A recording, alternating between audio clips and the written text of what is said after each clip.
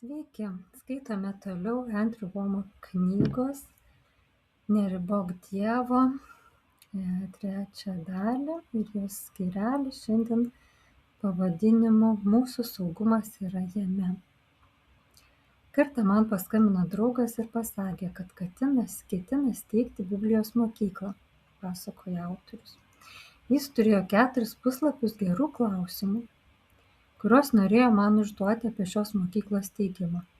Vienas iš jų buvo: jei turėtum viską daryti iš naujo, ką darytum kitaip? Aš apie tai pagalvojau, sako, ir žinai ką? Atsakiau, aš nebūčiau daręs nieko kitaip. Mūsų Biblijos mokykla labai pasikeitė nuo pat jos įkūrimo pradžios. Ji yra daug geresnė nei buvo pradžioje, bet tuo metu, toj pradžioj, aš atidaviau viską, ką turėjau. Aš padariau tai, ką galėjau geriausio. Tuo metu, sako autorius, neturėjau labai daug išteklių, todėl negalėjau daryti visko taip, kaip galiu dabar daryti ir kaip dabar darome. Taip pat neturėjau tų pačių darbuotojų. Pradžioje buvo tiek daug apribojimų. Todėl negalėjau daryti taip pat, kaip dabar darau.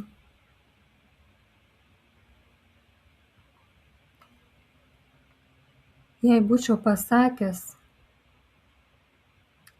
tuo metu, aš šią Biblijos mokyklą padarysiu tobulą ir ji bus geriausia Biblijos mokykla, kokia tik kada nors egzistavo, mes niekada nebūtume pradėję Biblijos mokyklos. Jeigu iš karto būčiau norėjęs, kad jinai būtų tobula, geriausia pasaulyje tobula, mes netgi nebūtumėm pradėję.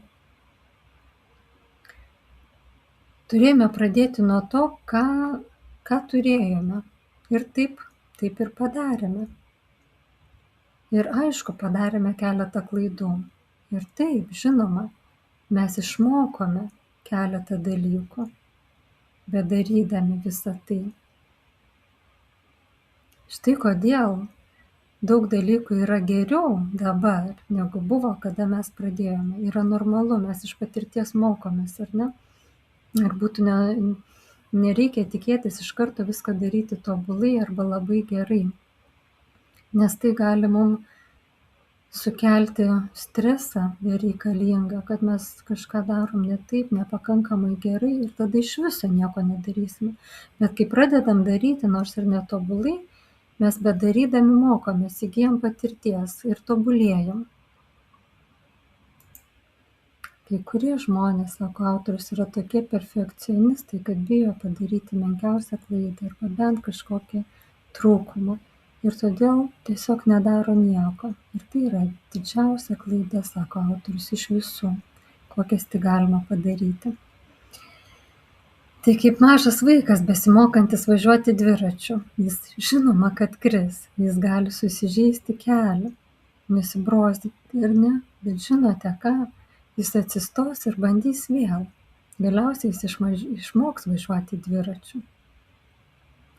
Bijo žmonės suklysti. Iš tikrųjų, tai yra susijęs su tuo, kad jie nesijaučia saugus Jėzuje Kristuje. Jie bijo, nes jų tapatybė ir vertė priklauso nuo to, ką jie daro. Arba koks yra rezultatas. Bet taip neturėtų būti. Mums reikia rasti savo saugumą ir tapatybę santykiuose su Dievu. Jei mano tarnystė žlugtų ir man tektų grįžti pilti betoną, kad užsidirbčiau pragyvenimui, žinau, kad Dievas vis tiek mane mylėtų. Aš galėčiau turėti nuostabius santykius su juo ir be tarnystės. Mano tapatybė nepriklauso nuo tarnystės.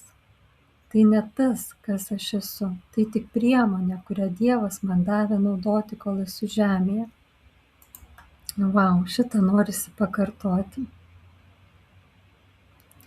Sako, kai kurie žmonės bijo, nes jų tapatybė ir vertė priklauso nuo to, ką jie daro ir kaip jie daro.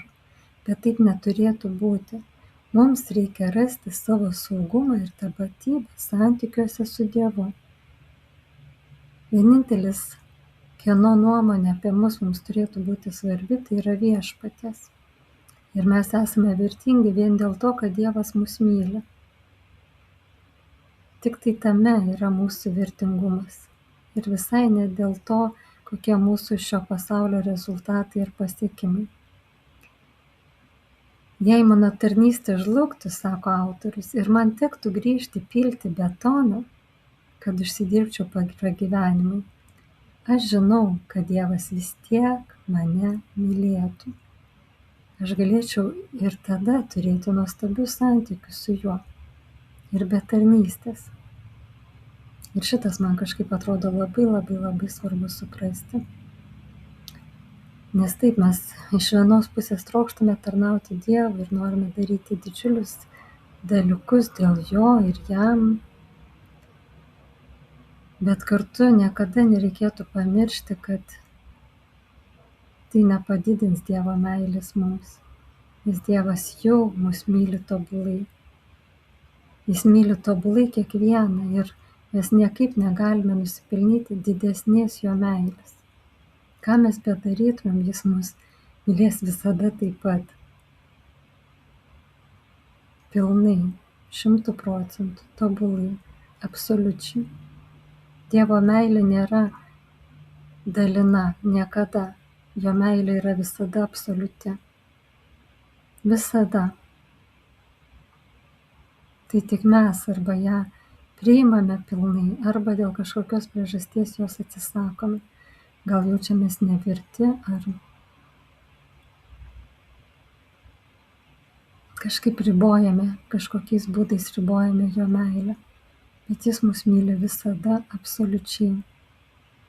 Jis kitaip negali.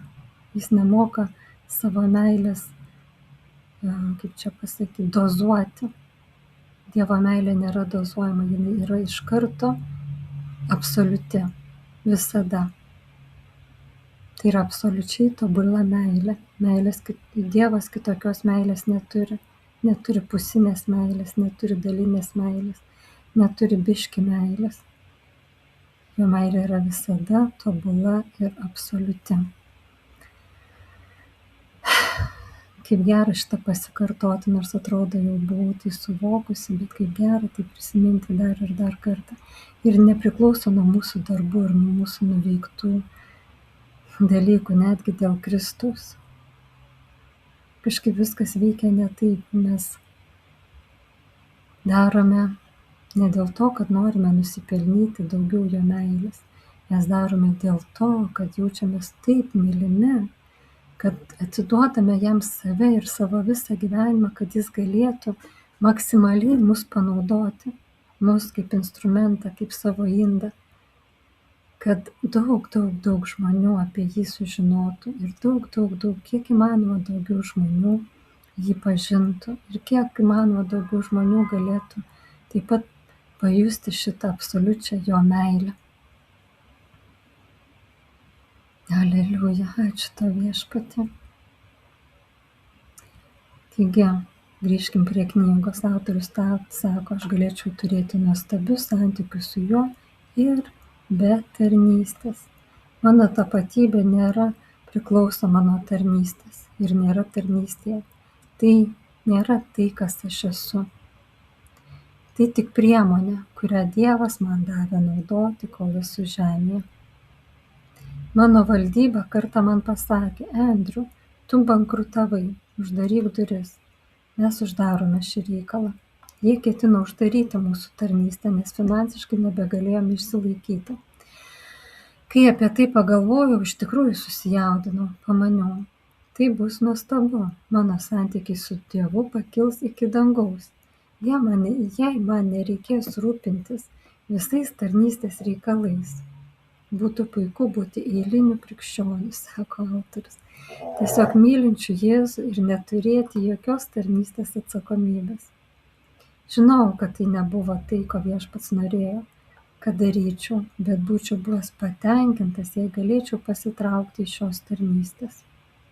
Taip, aš įsivaizduoju, koks tai yra svoris ir kokia tai yra atsakomybė. Už kiek žmonių tampi atsakingas? Už kiek gyvenimo? už kiek prisilietimų.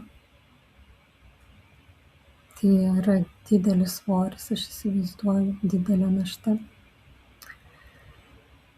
Bet autorius sako, mums reikia rasti savo tapatybę viešpatyje ir jaustis saugiai jame visų pirmiausia, ar ne? Pabaigusi įrašyti šio paskutinio skyrelio skaitymą, kuriame kalbama apie tapatybę Kristuje, aš kažkaip sustojau ir norėjau ir savo pamastyti, kokiagi yra ta mūsų tapatybė Kristuje. Ir jums apie tai pakalbėti. Aš manau, jeigu jūs paieškosite internete ar YouTube'e, tiesiog įvesite tapatybę Kristuje į paiešką, jūs rasite nemažai medžiagos. Net ir lietuvių kalba yra ne vienas mokymas, ne vienas pamokslas apie tapatybę Kristuje. Ir yra gerai jas perklausyti. Yra gerai perklausyti. Aš manau, kad dar kartą yra gera prisiminti, kokia ta mūsų tapatybė Kristuje. Tie mokymai gal šiek tiek skiriasi, bet iš esmės jie kalba apie tą patį. Bet dar prie viso to aš noriu pridėti savo apžvalgą ir įrašą apie tai, kas tai yra ir kokia yra ta mūsų tapatybė Kristuje. Ir aš tai padarysiu atskirame video skirtam būtent mūsų tapatybei Kristuje apžvelgti. O šį video noriu tiesiog pabaigti tokiu apibendrinimu ir apžvalga šio skyrelio, kad mūsų saugumas yra jame Kristuje, ar ne? Taigi iš šio skyrelio sužinojome, kad tobulumo siekis dažnai paralyžiuoja ir neleidžia pradėti. Autorius sako, kad jei būtų laukęs tobulo plano ar tobulo momento, Biblijos mokykla niekada nebūtų pradėta. Dievas kviečia pradėti su tuo, ką turime, net jei tai netobula. Taip pat klaidos yra neišvengiamos, bet jos nėra tragedija. Kai vaikas mokinasi važiuoti dviračiu, krenta ir keliasi. Taip ir tikintiesis mokosi per klaidas. Klaidos nėra nesėkmė, jos yra augimo dalis. Taip pat baimė suklysti kyla iš nesaugumo ir neteisingos tapatybės. Žmonės bijo rizikuoti, nes jų vertė remiasi tuo, ką jie daro, o ne tuo, kas jie yra Kristuje. Tikras saugumas ateina iš santykio su Jėzumi, o ne iš pasiekimų. Tarnystė nėra tapatybė, ji tik įrankis.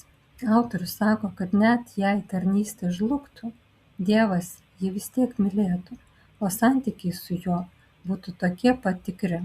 Tapatybė yra Kristuje, o ne veikloje, tituluose ar rezultatuose. Tikrasis saugumas yra Dievo valioje, o ne aplinkybėse. Net tada, kai tarnystė buvo arti bankroto, autorius jautė ramybę, nes jo saugumas buvo viešpatyje. Kai žinai, kas esi jame, nebijai prarasti, nes žinai, kad Dievas išlieka tavo tvirtovė. Amen, aleliuja. Su šituo aš jus palieku iki sekančio mūsų susitikimo. Iki.